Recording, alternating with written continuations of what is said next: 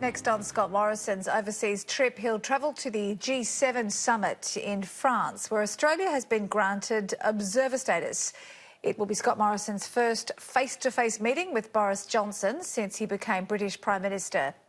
Tom Connell joins us now live from Biarritz in France. And Tom, we've heard Scott Morrison will be looking to take advantage of post-Brexit opportunities while he's there.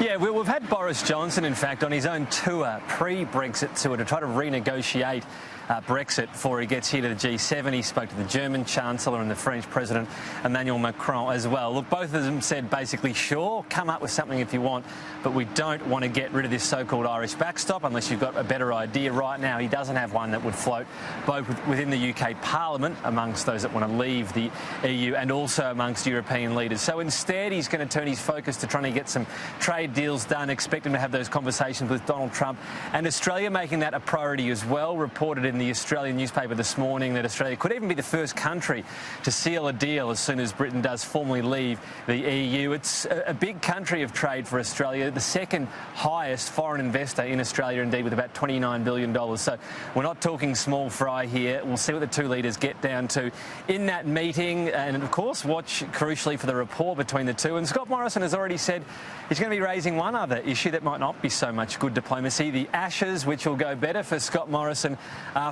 during day two of the Ashes of this third test compared to after day one of the third test. Here was Scott Morrison speaking about that.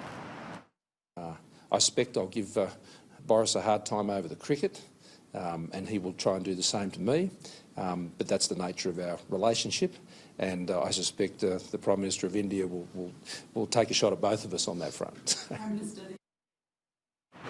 Comes down to cricket, doesn't it, in the end? But on a more serious note, there could also be some pretty robust discussion on security matters. Not all parties see eye to eye on the Iran problem. Tom?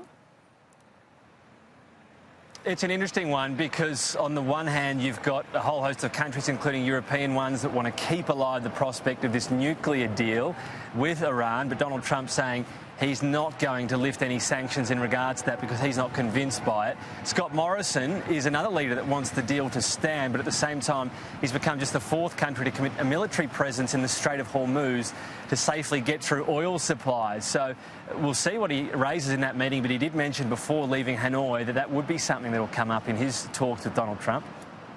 There's an opportunity in G7, obviously, to meet in one place with some of the biggest countries, leaders in the world, and obviously that's the first opportunity to meet with Boris Johnson in his new role as Prime Minister. I've obviously met him before and we've spoken many times, but this will be a good opportunity, particularly given the announcements I've made this week regarding our involvement in the multinational force in the Straits of Hormuz. So one of the issues set to come up here, as you mentioned, Jacinta, Australia has observer status. So these meetings Scott Morrison will have will be the sideline ones. The summits he will be in, he'll be talking about, in particular, climate and biodiversity, wanting to get plastic out of oceans and stop it ending up there. And also with the digital transformation of the world, again, making this push that he made at the G20 as well on making sure there's no terror content that stays online on things such as Facebook and Google. So the PM arriving local time here tomorrow night alongside his wife, Jenny.